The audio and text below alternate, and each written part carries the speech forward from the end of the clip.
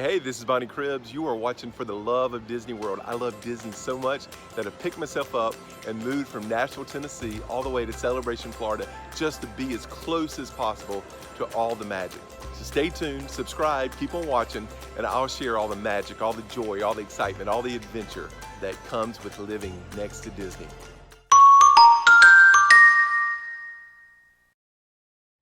Hey, welcome to For the Love of Disney World. I am so glad that you're here. Hey, just in case I forget to say this, would you go ahead and like this? Would you go ahead and subscribe? Hit the notification button. I think this is the first video that I've actually remembered to say that. So if you've not subscribed yet, go ahead and do that. And you may be looking behind me already and saying, Bonnie, this is not Disney World. You are not at Disney World. You do Disney World videos, but yet you are not at Disney World. And you are right. I am at my little place near Disney World. I live right next to Disney. And earlier today on my Facebook group For the Love of Disney World, shameless plug, earlier today I just posted a question saying, hey, I'm thinking about doing a Q&A on the YouTube channel. Do you have any Disney related questions? And man, did some great questions come out. And so I reviewed them, I looked over them pretty quickly, but I wanted this to be like really off the cuff, really like spur of the moment. Let's look at the questions and let's just answer them off the top of my head. There was actually, as I did look at them, and there's some pretty interesting questions in there, but I just want to answer the questions. I'm going to go through them in the order that I received them in, so really no cohesive organization to it at all.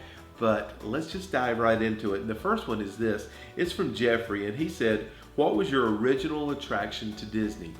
My earliest childhood memory, the absolutely earliest childhood memory of mine, is riding the ride Dumbo. I was 4 years old, and it's not like I remember everything about it, but I just have this little glimpse of a memory of me being on that ride. Even right now as I say it, I see that little image of me being on that ride. And then also our family had a camper, and we'd stayed at Fort Wilderness Campground several times. And then as I grew up, we didn't frequent Disney, but we came every now and then.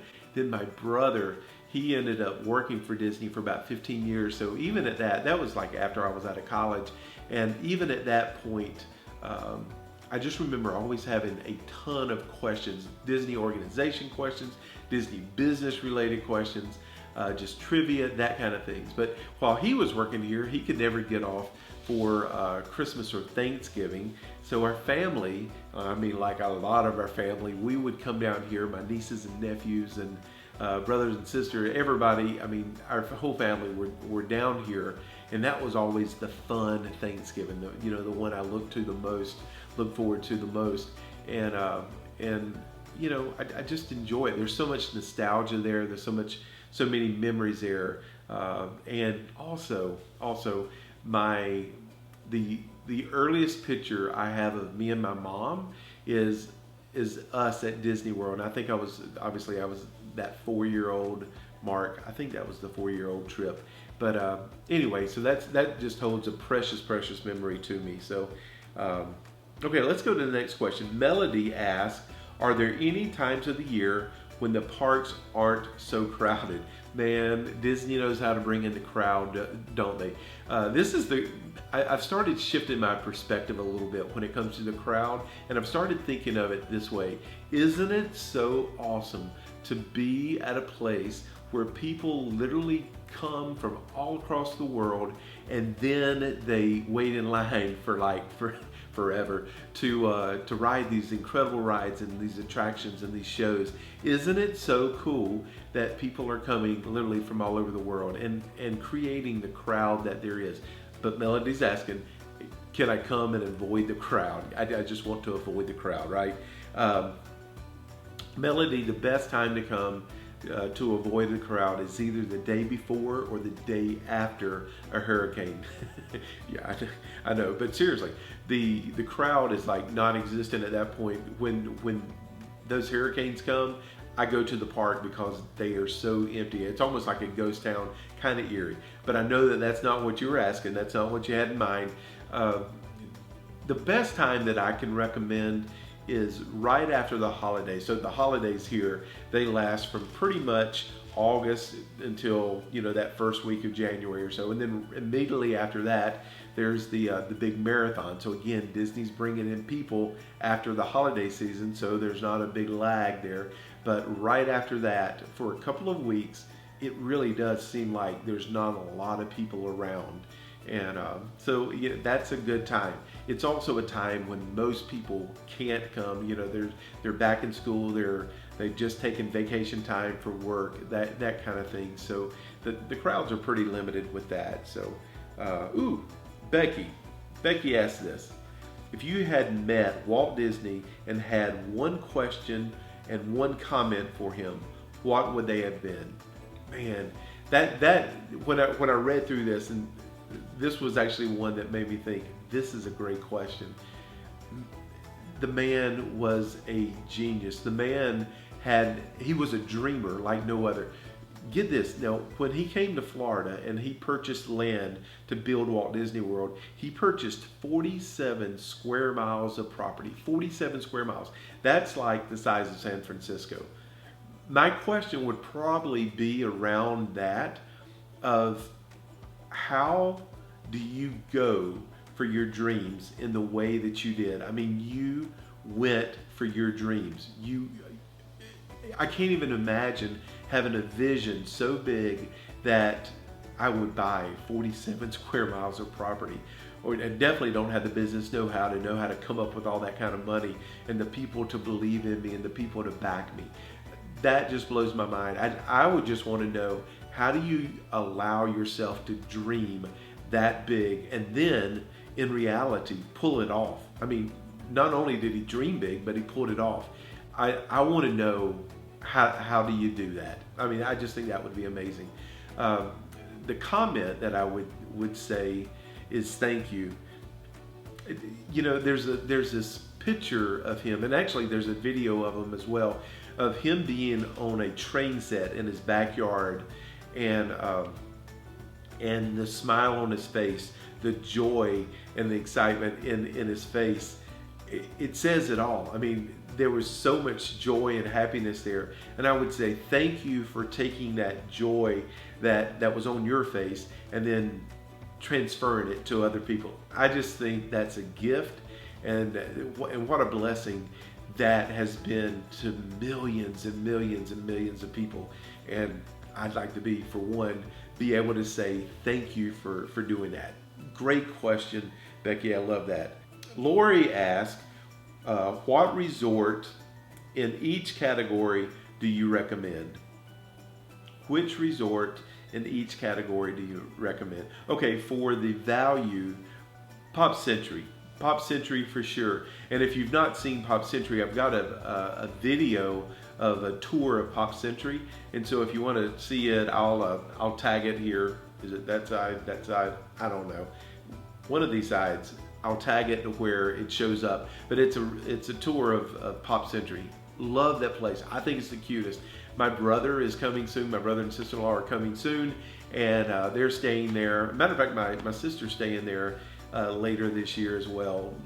I just recommended it because I'm like, I like it. I think it's a cool place. On the moderates, that's a really hard one. Caribbean Beach, I love Caribbean Beach. Like, it's just my vibe. It's the beachy vibe. I love it. However, Disney just finished building Grand Destino, and it's gorgeous. I mean, y'all, I have stayed at places like the Ritz-Carlton, the Four Seasons, the Waldorf Astoria, I don't know how to say it. I've stayed at it though, I don't know how to say it. That new tower is as nice as any of those places. I mean, it's beautiful, it's gorgeous, and it's still priced like a moderate. I have a hard time right now not saying that's got to be the most. It's the most beautiful design right now. The rooms, everything is so gorgeous, but I still love the beach vibe of Caribbean Beach. Man, the moderates, you just can't go wrong with any of the moderates. I like the French Quarter because it's small and concise. and then I like Riverside, just it's beautiful over there. So all four of them you can't go wrong with. But right now, I'd probably say go to Coronado Springs and stay at the Grand Destino. That's today. And for the luxury, Beach Club is going to be my quick answer for that. If it's during Christmas, I would say for sure Wilderness Lodge. That place is like no other at Christmas. I know everybody loves the Grand Floridian at Christmas, but oh my word, the Wilderness Lodge at Christmas is just beautiful, beautiful, beautiful. Okay, let's see. Jenny asked, what do you consider to be the best way to celebrate a birthday in Disney? Which restaurant or experience? Jenny, that's such a difficult question for me because I don't have a lot of information. Are you looking for something fun and entertaining? Are you looking for something fancy and nice? If you're looking for fun and entertaining, Hoop-Dee-Doo Review is a great place. They actually celebrate birthdays and stuff there as well. If you're looking for something fancy, man, you've got to like California Grill. The California Grill, just top notch, incredible service. Get the fireworks after dinner. It's amazing. But the birthday is this. No matter what, get your birthday pin. You've got to wear your birthday pin. Cast members are going to treat you special during the day. You never know what magical things are going to happen when you're wearing that birthday pin. But another fun place that I would recommend is the 50s Primetime Cafe. 50s Primetime Diner? 50s Primetime, that's what I'm going to go with. It's a fun place. But again, it's all going to depend on how you want to do Disney and how you want to do your birthday. There is everything from fancy to entertainment to just casual and relaxed. We all enjoy doing our birthdays different ways. So I would say there's definitely something for everyone there. For me personally, you give me the Hoop-Dee-Doo Review and let me laugh and let me have really good food, and I am loving life. Okay, Joanne asked, what are some unique, off the beaten path experiences to do on Disney property? You guys, there is so much to do at Disney. I truly believe that most people only know about 70% of what there is to do at Disney. There are so many things to do here that are definitely off the beaten path. And again, this is going to completely determine what you like to do. I know over at the French Quarter, they do like some painting classes. Matter of fact, I think they may do that at Saratoga Springs as well. But I know over at French Quarter, they do some painting classes. So that's kind of fun. That's off the beaten path a little bit. Wilderness or Fort Wilderness Campground, there's horseback riding. One of my favorite things to do. I love being out on the lake. I love being out on the boats. And so renting a boat, and you can do that over on Bay Lake or Seven Seas Lagoon, or even over in near Hollywood Studios. I think either the Yacht or Beach Club, you can rent boats over there. I think you can be out on the boat by yourself. I've never done it at the yacht club before, but I see the pontoon boats. But being out on the boats, something again that's really kind of cool. And you may want to do this for the birthday answer that I did a while ago, but you can have a pontoon boat and watch the fireworks from it. I think that's kind of cool. It's definitely off the norm. And you can also do that for illuminations or whatever the nighttime spectacular will be at Epcot. So again, lots and lots of things to do there. Oh my gosh, you can get tennis lessons, you can get private fishing tours, you can go parasailing, so many, get a massage. I mean, there's so many things to do at Disney that you may not think of. Golfing obviously is in there as well. I don't golf, but you can actually get golf lessons from a golf pro. That's what I had someone recently tell me that. I didn't even know it, but that's what I'm saying. There's so many details that you can do there. Take advantage of it. Okay, so Colleen asked, and it's a personal question. It's okay, Colleen. What initially was your decision to lose weight? and what made you pick Disney World? I love that you did do both. Just wondered what initially motivated you to start the process. I know everyone is different, just curious. So just in case you don't know, I walk at Disney and I eat at Disney all the time. And I've lost 100 pounds doing so since I've moved to Disney, since I moved to Orlando. And so the question that she asked, I don't know that I truly understand what she means by what made you pick Disney, because that's my park. I mean, I literally live next door to Disney. And so just as any city has their parks, I love going to Disney. I love being at Disney. And I utilize Disney as my city park, as the park that's right next to me. So I go over there and I walk all the time. A few times a week, I'll go over just to walk. I'll ride rides and everything, but I'm there to walk, to get my steps in. And what a better place to get your steps in than at Disney, right? So I've lost 100 pounds doing that. But she asked what initially motivated me to start the process. I was 100 pounds overweight. I was 150 pounds overweight. I still got 50 pounds more to go. I was overweight and I had no ambition. I had no energy. I was losing all my umph. I was losing my joy. Life sucked. Life sucked big time. And I was tired of it. When I did go over to the parks, I was too tired to enjoy them. I mean, can you imagine? I walked down Main Street, and before I got to the end of Main Street, I would have had to stop 3, 4, 5 times just down Main Street. And you can't enjoy Disney if you can't walk and if you can't have the energy to get out and do stuff. So my motivation though, I needed to lose it. I think the thing that really, the straw that broke the camel's back, I went to get on Flight of Passage and I couldn't get on Flight of Passage. I was too big. It wouldn't fit. I wouldn't fit. The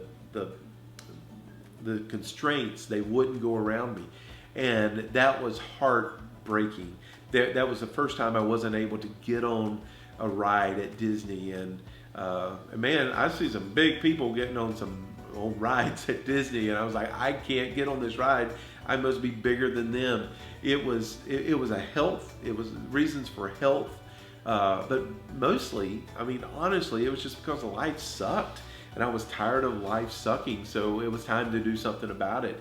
And so then I went on a quest to get out and lose weight, and that's what I did. Right now, down 100 pounds, and to plug another video, I actually celebrated over at Animal Kingdom, and so if you want to watch that video, there somewhere, I'm going to tag that video as well, so you can see that. But 100 pounds down at Disney World, that's pretty awesome. Janice or Janice, I'm not sure which one it is, asked, have you ever driven a famous person in the minivan or anyone that had an interesting story to tell? They're amazing, by the way. We just got back from our vacay and used the minivans a bunch.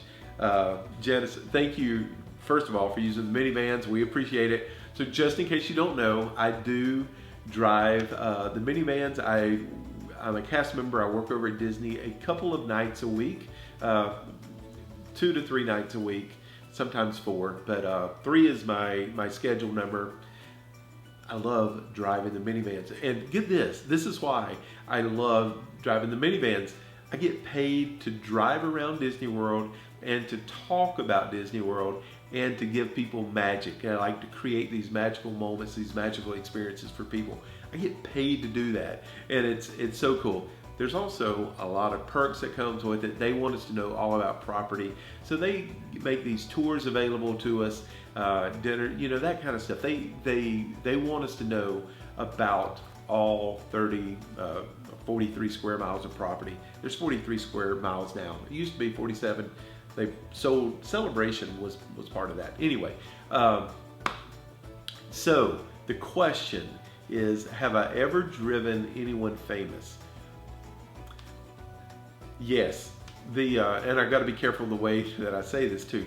So one person that I drove, she wasn't famous, but her brother was really famous, is really famous. So for one day, I got to drive around Bob Iger's family. And that was really awesome to get to drive around his family. I didn't get him, but I got his sister, and they were so super, super nice. And but I was kind of assigned to them for a few hours, actually for the full night. I was assigned to them, and that's very different than the way the minivans typically work. But hey, when it's Bob Iger's family, we do special things, right? And so that was kind of cool. And and I can't remember. I can't remember the dude's name. So I picked up from Disney Springs Kendra and her husband.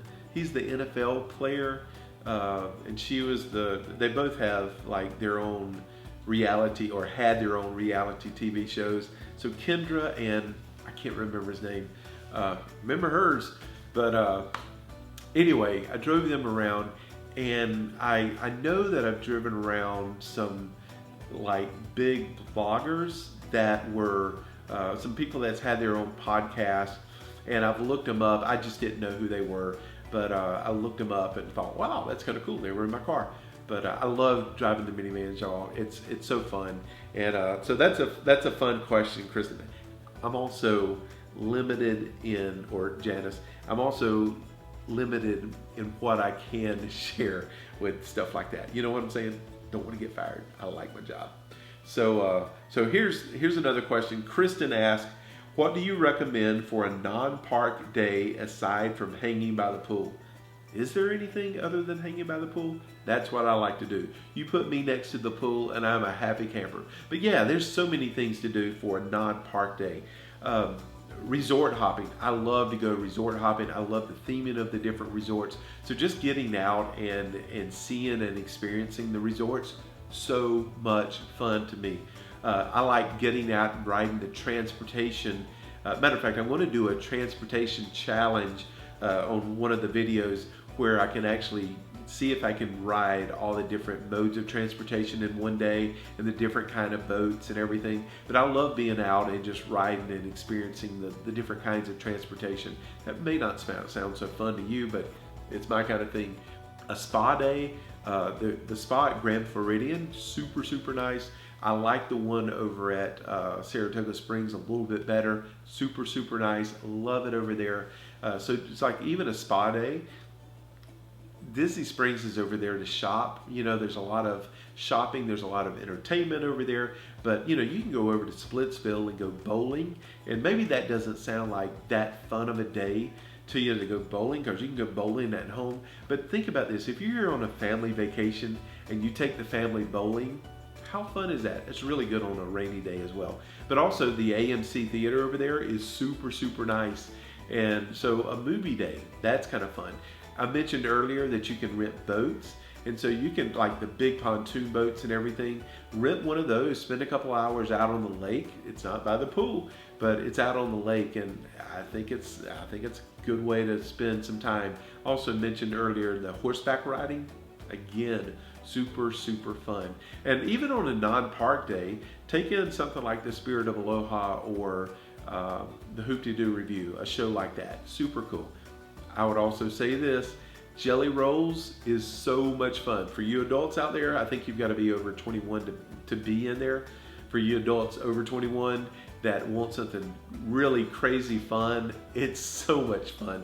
It's a dueling piano bar and it's a sing-along place. And so if you can imagine like the Frozen sing-along on steroids, this place, oh, Jelly Rolls, you've got to experience it. It's seriously so, so, so much fun. Did that help? I hope so. Let's see. Okay, Jules asked, what to do if you only have one day? If you have one day, I wouldn't bother park hopping, because park hopping takes a little bit of time to do and there's an added expense. You can't do all of one park in one day. So pick the park that appeals to you the most and go to it.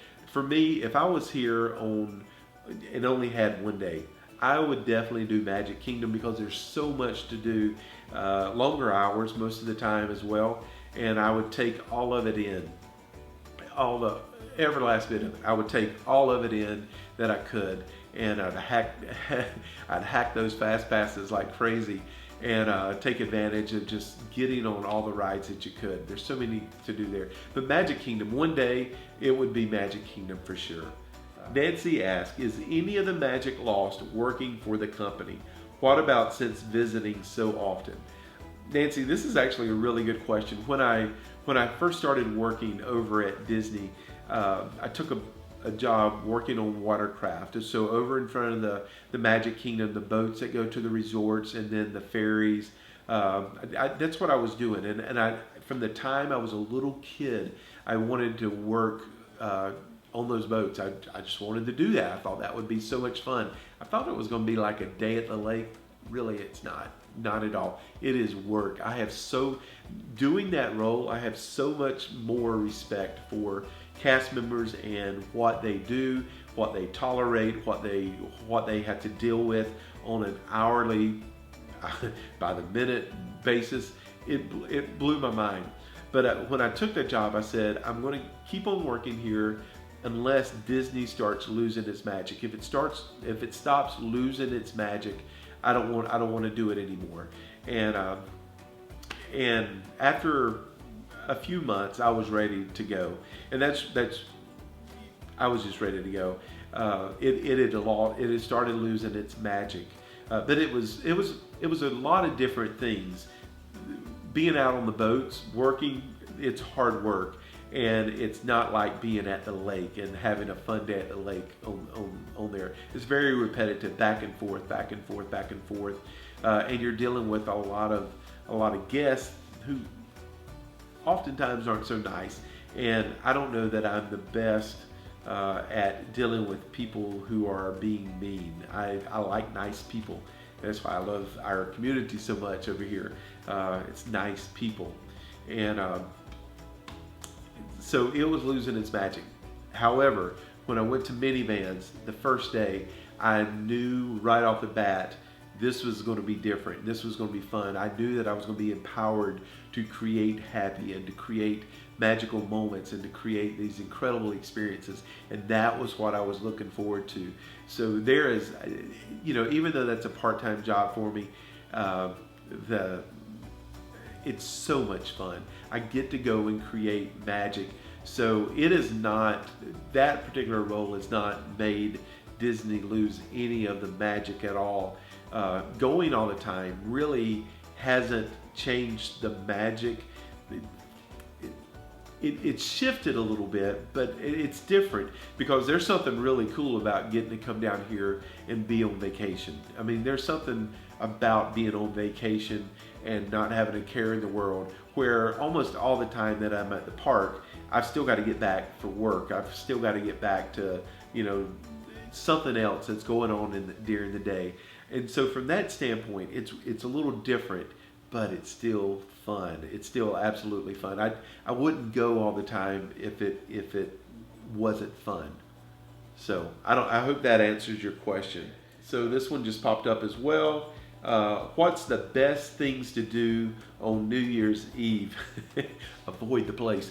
No, New Year's Eve, it's really cool. I think at Epcot, the fireworks over there, there's around the world showcase. There's different DJs set up. The fireworks are amazing. I mean, the fireworks are just so good on New Year's Eve. But around World Showcase, there's DJs, there's dance parties going on, but it is crowded. I mean, it is really crowded at New Year's Eve. Probably the most crowded of any other time of the year. And but I like it. It's fun. It's something very different than the normal typical day. But the whole place is going to be crowded then. But New Year's Eve, I would say Epcot. That's the first choice. Then also, Magic Kingdom's going to be open as well. And what a better way to, is there a better way to ring in the new year than being at the Magic Kingdom? I must confess, last year at midnight, I was in bed, I was asleep, and I was happy that I was not scheduled to drive a minivan that night. But it was crazy. I mean, the whole place is is so crowded because people not only are here for vacation, but people come in from all over the area at that point. But New Year's, it's fun. I mean, no matter what you're doing around here, even at the resorts, there's like special things to do. So you can't go wrong. But my suggestion would be this: go to Epcot. It's the most fun. Hey, I do have, obviously I've given a handful of tips through here. I've got lots and lots and lots of tips for you. If you want my tips, my Disney World tips, go request them. It's walkingintogreatness.com/101. I say I have 101 tips. Actually, in reality, it's like 150. But if you want them, go get them. No pressure, no pressure. Anyway, thank you for watching. I hope this has been fun for you. I hope it's been interesting to you. Alrighty, that's it. Guys, you have a magical day.